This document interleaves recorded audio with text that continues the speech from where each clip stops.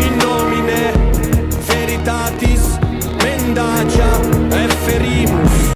Hola a todos, bienvenidos a esta tercera temporada de Escéptico a Séptico. Con esta entrega empezaremos a hablar acerca de Kant, el filósofo célebre. Antes de comenzar es necesario hacer un par de apuntes. En primer lugar, la filosofía de Immanuel Kant puede considerarse como uno de los sistemas más importantes del pensamiento moderno, ya que puso en el centro del debate la idea de que el conocimiento que los seres humanos pueden adquirir es limitado. Kant vivió en el reino de Prusia, bajo el protectorado de un rey considerado como promotor de las ciencias y las artes. Este rey se llamaba Federico II y le decían el Grande. El contexto en el que nació y creció Kant fue de prosperidad material e intelectual, un periodo en el que el Estado se modernizaría gracias a la intervención del déspota ilustrado, que también era considerado como rey filósofo. En el siglo XIX, esta imagen de Federico II se consolidaría en el romanticismo alemán como el modelo a seguir del gobernante guerrero. Pero hablemos un poco del hombre. ¿Quién fue Immanuel Kant? Kant nació en 1724 y murió en 1804 en Königsberg, una ciudad prusiana que actualmente se encuentra en territorio ruso. Kant es el más célebre filósofo del iluminismo alemán, que admiraba a la Ilustración francesa y también a la Revolución científica. Por lo tanto, fue un crítico de todas las filosofías anteriores, intentando cimentar un sistema basado exclusivamente en el uso de la razón. Kant nació y fue educado en un hogar profundamente religioso, en el que se practicaba el pietismo. Esta religión es una especie de cristianismo en el que se pone muchísimo énfasis en la práctica de dos virtudes. En primer lugar, la humildad y en segundo lugar, la devoción hacia Dios. La filosofía kantiana, de hecho, es el fiel reflejo de esta educación, ya que él aspiró a racionalizar todas las ideas del deber. Pero también puede ser considerado un pensador liberal que se desarrolló tanto como profesor privado como profesor universitario. Respecto a su personalidad, se dice de él que era una persona muy tranquila, que viajó poco y estudió mucho. De hecho, se decía que no le gustaban ni las fiestas ni salir por ahí con mujeres. Su rutina era tan exacta que se dice que a la gente de su pueblo le gustaba sincronizar sus relojes observando la hora en la que Kant salía a dar sus paseos cotidianos. Esto significa que Kant a veces era muchísimo más puntual que el sol. Él vivió en una época en la que en Prusia visitaron algunos intelectuales como Voltaire, como el matemático Maupertuis, como el filósofo Lamettrie y como músicos del tamaño de Mozart, de Beethoven y de Bach. Todos ellos invitados a la corte por Federico el Grande. Una de las preguntas que Kant se hizo desde el principio es la siguiente: ¿qué podemos conocer? Al principio, cuando él era joven, era un dogmático, creía que los seres humanos podíamos conocer prácticamente todo. Sin embargo, leyendo al filósofo David Hume, Kant fue despertado de su así llamado sueño dogmático. Después de esto, él empezó a pensar que el ser humano no puede conocerlo todo, que existen límites al conocimiento. Estos límites son básicamente dos. Por un lado, los límites que tienen que ver con nuestros sentidos, la vista, el olfato, el gusto, el tacto, el oído, que consideraba imperfectos y que nos engañaban en muchas situaciones. En segundo lugar, existe también la limitación del software que existe en nuestro cerebro, y a que ese software es el que le da sentido a las sensaciones. Kant pensaba que ese software estaba escrito principalmente en dos categorías innatas. Por un lado el espacio y por otro lado el tiempo. Es decir, dos categorías, dos formas de la intuición pura que le dan sentido a todas nuestras sensaciones. En el año de 1755 escribió su libro sobre historia natural y teoría de los cielos. En este libro plantea por primera vez la teoría acerca de que el sistema solar surgió de una nebulosa. En 1781 escribe su obra más importante, La crítica de la razón pura, diciendo que existen dos tipos de enunciados. Por un lado, las leyes científicas, que son todos aquellos enunciados que nacen de nuestra experiencia, de nuestros sentidos, y por otro lado, una serie de enunciados que son a priori y se conocen a través de la razón, es decir, todos aquellos conocimientos que se obtienen a partir de las matemáticas. sobre todo y fundamentalmente a través de la geometría creada por Euclides. Kant también nos dice que existen dos formas de conocimiento. Por un lado, el conocimiento de los fenómenos o de las apariencias, es decir, todo lo que se conoce a través de las leyes científicas, y por otro lado, el conocimiento de los números, de la cosa en sí, algo a lo que aspira la filosofía, pero que sin embargo pues, se queda un poco corta. Kant en su filosofía realiza lo que él llama un giro copernicano, es decir, un cambio de paradigma en la filosofía. Así como en la astronomía existía una teoría principalmente geocéntrica creada por Ptolomeo, en la que se pensaba que la Tierra era el centro del universo, el centro del sistema solar, y después se cambió a un paradigma en el que el Sol pasa a ocupar ese lugar, es decir, la teoría heliocéntrica de Copérnico. De ese mismo modo, Kant piensa que el acento no debe ponerse en el mundo objetivo, en las cosas, sino más bien en el sujeto. Él nos dice que el espacio y el tiempo son en cierto sentido subjetivos, ya que forman parte de nuestro sistema de percepción. Nos dice también que el tiempo y el espacio no son conceptos, sino formas puras de la intuición, es decir, algo así como un software mental que nos ayuda a darle orden a todas nuestras sensaciones.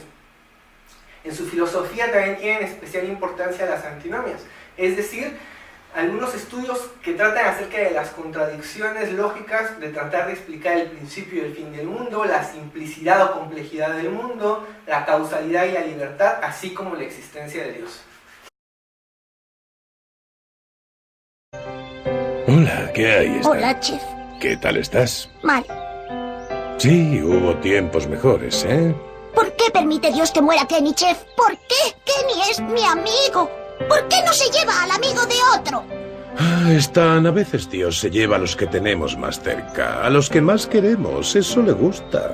Él es un Dios vengativo, está enfurecido y colérico por algo que los humanos hicimos hace ya miles y miles de años. No puede olvidarlo y le da igual llevarse a niños que a perritos. No le importa quién llevarse con tal de vernos sufrir. ¿Lo puedes entender? ¿Y por qué nos da algo y luego nos lo quita? Bueno, piensa y lo entenderás. Si quieres hacer llorar a un bebé, primero dale un caramelo y luego quítaselo. Si ese bebé nunca hubiera tenido un caramelo, no tendría por qué llorar. Así es, Dios nos da la vida, el amor, la ternura, todo lo bueno para poder quitárnoslo luego y así beber el dulce elixir de nuestras lágrimas. Esas lágrimas son las que le dan el inmenso poder que tiene, Stan. Así es, Dios. Otra de las preguntas que se realizó Kant en su filosofía fue si la moral nace de la religión. En primer lugar, trató de explorar las pruebas existentes en ese momento acerca de la existencia de Dios. Respecto a la primera prueba, la prueba ontológica que dice que Dios es el ente más real, Kant responde que la existencia no es un predicado. De hecho, él piensa que algo así como 100 pesos reales tienen los mismos atributos que 100 pesos que nosotros imaginamos en nuestro cerebro. Respecto a la prueba cosmológica, la segunda prueba, que dice que si algo existe, debe ser un ente absolutamente necesario, Kant descarta también esta posibilidad diciéndonos que es una forma en la que se manifiesta pues, la primera demostración ontológica. Finalmente también explora la prueba la prueba físico-teológica, acerca de la existencia de un diseñador inteligente que crea un orden en el mundo. Kant nos dice que esta prueba tampoco es viable para afirmar la existencia de Dios, que solamente se puede llegar a demostrar la existencia de un arquitecto. Es decir, que las ideas de Dios, libertad e inmortalidad no son ideas que nosotros podamos demostrar a partir de la experiencia, sino que son ideas de la razón relacionadas específicamente con la moral, con conceptos como felicidad y justicia. En el año de 1793 escribe un ensayo que se llama Religión dentro de los límites de la razón. En este ensayo nos dice que la moral se funda en la idea del hombre como un ser libre, es decir, como un agente racional que siempre elige las reglas de sus acciones. Por lo tanto, la moral no necesitaría de la religión. De hecho, todo lo contrario, Kant piensa en este texto que la moral crea la religión, creando la idea de un legislador moral poderoso y absoluto que nos observa constantemente. Kant pensaba además que el hombre era propenso al mal por 3 razones. En primer lugar, porque tenía una debilidad de corazón, es decir, una fragilidad que está ineludiblemente anclada en su naturaleza, en su condición. Por otra parte, decía que también el ser humano tenía una debilidad mental, porque mezclaba normalmente motivos morales con inmorales, generando lo que él denominaba como impureza.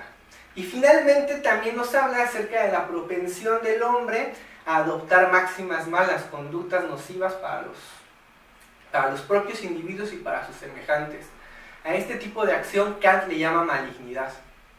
Kant pensaba que el ser humano se mueve básicamente por dos fuerzas. Una por el placer, es decir, para buscar la felicidad, y la segunda el deber, en la que se busca específicamente el mérito. Para regular las normas, las conductas de los seres humanos, él pensaba que la mejor regla posible era el imperativo categórico.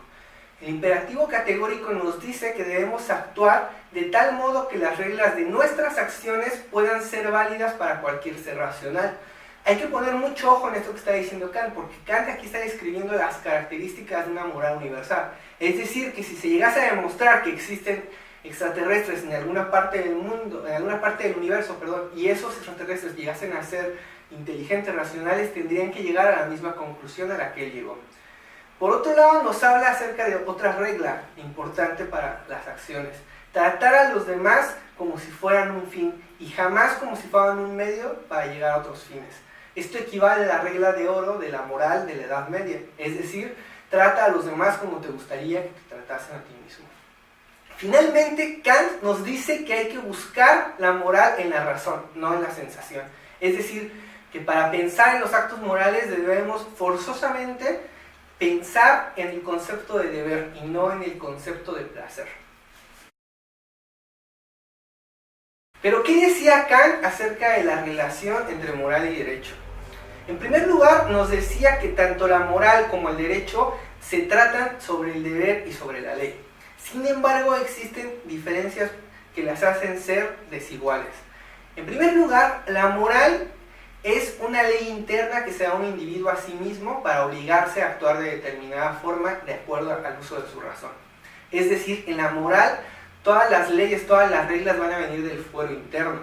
Mientras que en el derecho se presenta una ley externa que da a la sociedad al individuo y que lo obliga a que sus deseos dañinos no se exterioricen.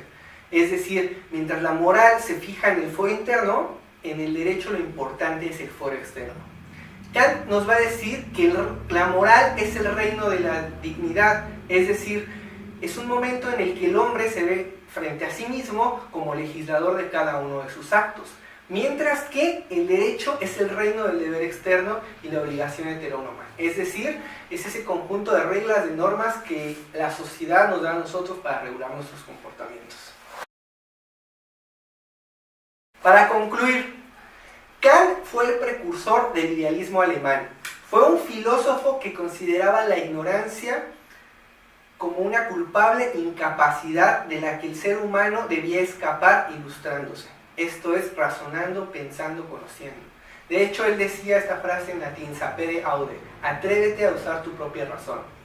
Kant creía además en un modelo de sociedad internacional que inspiró a la antigua llamada Sociedad de Naciones, algo que fue como la precursora de nuestra actual ONU.